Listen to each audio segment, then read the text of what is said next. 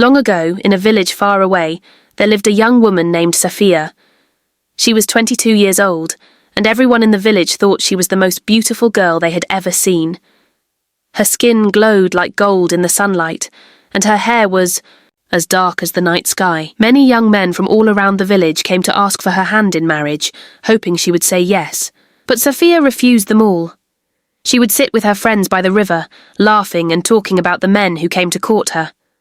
"Look at him," she would say, pointing at one young man who had a big nose. "His nose is too big." The other girls would laugh, and Sophia would shake her head. "Not him," she would say. Then a different man would come to ask for her hand. He wore plain, simple clothes. "Look at that one," Sophia would say with a grin.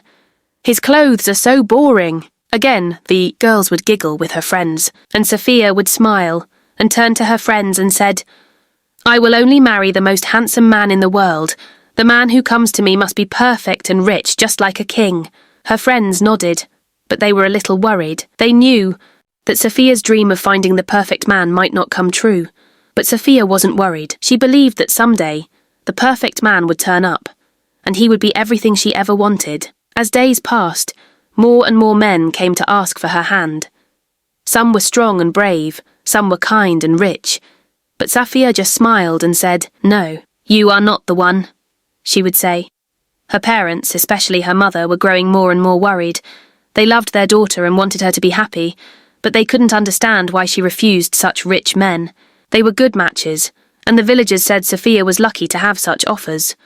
"My daughter," her mother said gently, "these men would give you a life of comfort. They have everything to offer.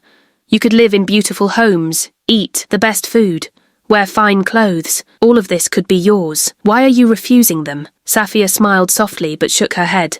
"I appreciate what they offer, but I am not attracted to them. I will never be able to love them." One day, in a nearby market, a man unlike any other arrived. He was tall, strong, and more handsome than anyone had ever seen. His skin shined, his clothes were clean and looks rich, and his voice was smooth like a song. The moment he stepped into the market, the hustle and bustle seemed to pause, as if the very air shifted to accommodate his presence. Sophia, who had spent countless hours selling herbs and trinkets in the same spot, found herself suddenly still, her fingers frozen mid-motion as she adjusted the strands of dried herbs hanging from her booth. The man, walking with a grace that seemed almost otherworldly, turned heads wherever he went. His eyes, a piercing shade of blue, met hers for just a moment, and she felt as if she had been struck by a bolt of lightning. It wasn't just his beauty, it was something deeper, something magnetic that pulled at the hearts of everyone who caught a glimpse of him. Sophia couldn't look away, her eyes tracing his every movement. His tailored clothes, rich fabrics, seemed to shimmer as he walked by. His presence was more than just his physical form. It was as if the very essence of him was powerful enough to change the energy of the market. Sophia's heart pounded in her chest. She had met many people in her years at the market, but no one had ever had this effect on her, or anyone for that matter. Was he a king in disguise, a wanderer with powers beyond mortal understanding? She didn't know, but she felt drawn to him in a way she couldn't explain. As he neared her stall, her breath caught in her throat. Would he stop? Would he speak to her too? He paused in front of her booth, his gaze resting on the bundles of herbs she had meticulously arranged. "These are rare," he said, his voice like a warm breeze. "You must take great care in growing them." Sophia, stunned, nodded, her voice failing her for a moment. "Yes, they're special." She managed a soft smile, though she felt like she was standing in the presence of something not entirely human. "What heaven did you come from?" she asked. The man smiled back, a knowing smile that seemed to say he understood more than he let on, then said, "I come from a village nearby. I am looking for a wife to marry." Sophia was overjoyed. "This is perfect," she said. "I have found the man of my dreams." The crowd seemed to exhale all at once, as if they had collectively held their breath while he spoke to Sophia. She didn't know what just happened, but she could feel it. Everything had changed. She had felt it in her very bones. The market, the people, and her life. They would never be the same after this day. Sophia's parents were also happy. Finally, their daughter would marry. The wedding was grand. There was music, dancing, and food for everyone. After the wedding, the man said, "Now I will take my wife to my home. Safia packed her clothes and said goodbye to her family and friends. She climbed into the carriage with her new husband Sansa, and they started their journey. But as they travelled, strange things happened. After a short time of drive, Sansa stopped. He took off his beautiful hat and handed it back to an old man by the roadside. Safia was surprised but said he was generous. After a few miles, he stopped. Again. He took off his golden watch and handed it back to a merchant. Then he removed his fine shirt and gave it to another traveller. Safia's heart started to beat fast. She watched in shock, as piece by piece, he returned everything that had made him look rich and handsome. He took off his wig. He was bald. Safia gasps and asked what's going on. He took off his fine shoes. His feet were cracked and rough. He gave away his bag. It was never his. He took out his teeth and handed them back to their owner. Safia could not believe her eyes. The man she thought was perfect had nothing of his own. Everything was borrowed. Finally, they reached the edge of his village.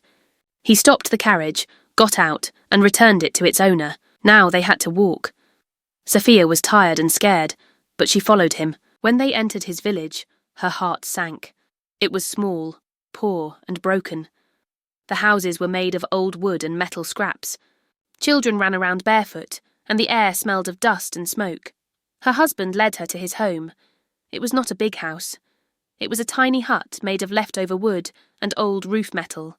Tears filled Safia's eyes. She looked at the man she had married. He was not the same man she fell in love with. He was no longer handsome, no longer rich. He had deceived her. "This cannot be," she cried. "Take me back." Sansa shook his head. "In our village, marriage is forever. There is no divorce." Safia fell to the ground and wept. She had laughed at men who were honest and true, and now she was married to a man who had tricked her with borrowed beauty. The villagers gathered to watch. They whispered, "Beauty fades, but a good heart lasts forever." Safia learned a hard lesson that day. Real love is not about looks or riches, but about kindness and truth. But it was too late, and so she lived in that small poor village with the man who had fooled her, wishing she had chosen wisely. But as the years went by, Safia started to feel a little lonely. She began to wonder if maybe she was being too picky. Had I been too quick to judge? She wondered. Maybe I asked for too much. Perhaps love doesn't always come wrapped in the form we imagine. Over time, she started to realize the truth. True love, the kind she once envisioned, wasn't about waiting for someone to match her ideal. It was about forming a genuine connection, with all its flaws, chaos, and tender moments.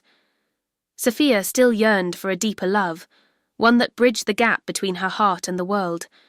But now, she recognized that it might not appear as she had once imagined. Each evening, as the sun set and filled the sky with orange and gold, Safia would sit on the porch, feeling the gentle warmth on her skin. She had discovered that love wasn't something you could find or create quickly. It was a gradual process, a quiet realization that developed over time. And even though it hadn't come in the way she wished, perhaps love was still within reach. She started to see deeper into the lives of those around her. First, it was the villagers, the humble farmers, and the older women with weathered hands, who had spent their lives in peaceful solitude. Safia recognized the kindness in their eyes, the warmth of their smiles, and the small acts of giving that often went unseen. There was a farmer who shared his last loaf of bread with a neighbour without hesitation, a child who paused to help an elderly woman pick up her basket of apples. The seamstress, though not well off, always took the time to mend clothes for the village children, expecting nothing in return. These little overlooked moments filled Safia with a deep sense of wonder. She understood that true wealth lies not in money or looks, but in the love we share and the quiet generosity we show to one another. As time passed, she started to view her life in a new light. It wasn't just her husband who had deceived her with his charm. It was the whole world she had created that pushed her to pursue false dreams. The villagers may not have had much money, but their lives were rich in relationships, built on kindness, trust, and shared experiences. She realized that what she once thought of as simple or insignificant actually held real depth and meaning. She learned not to judge people or lives based only on first impressions. Her marriage had taught her this lesson. Appearances can be misleading, and so can wealth. She had witnessed how beauty could mask emptiness, and how riches could hide greed or indifference. Accepting the truth about her choices was painful, but it also set her free.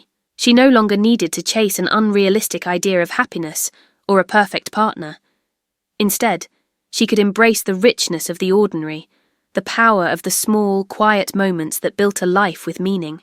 As she walked through the market now, she no longer saw the man who had once swept her off her feet as her ideal lover. Instead, she saw him for who he truly was, someone flawed, someone who had his own fears and weaknesses. And with this understanding, Sophia stopped blaming him. Instead, she realized that her own expectations had been part of the problem. She had judged him too quickly, had let her heart be swept away by the superficial trappings of a life that seemed perfect from the outside, but was hollow within. Sophia learned a valuable lesson not to judge a person by their looks. True beauty comes from the heart. We have come to the end of our story. Thank you for watching. We really appreciate your support. Please like the video and subscribe to our channel. It would make our day. We'd love to hear your thoughts in the comments below. Until then, see you in the next video.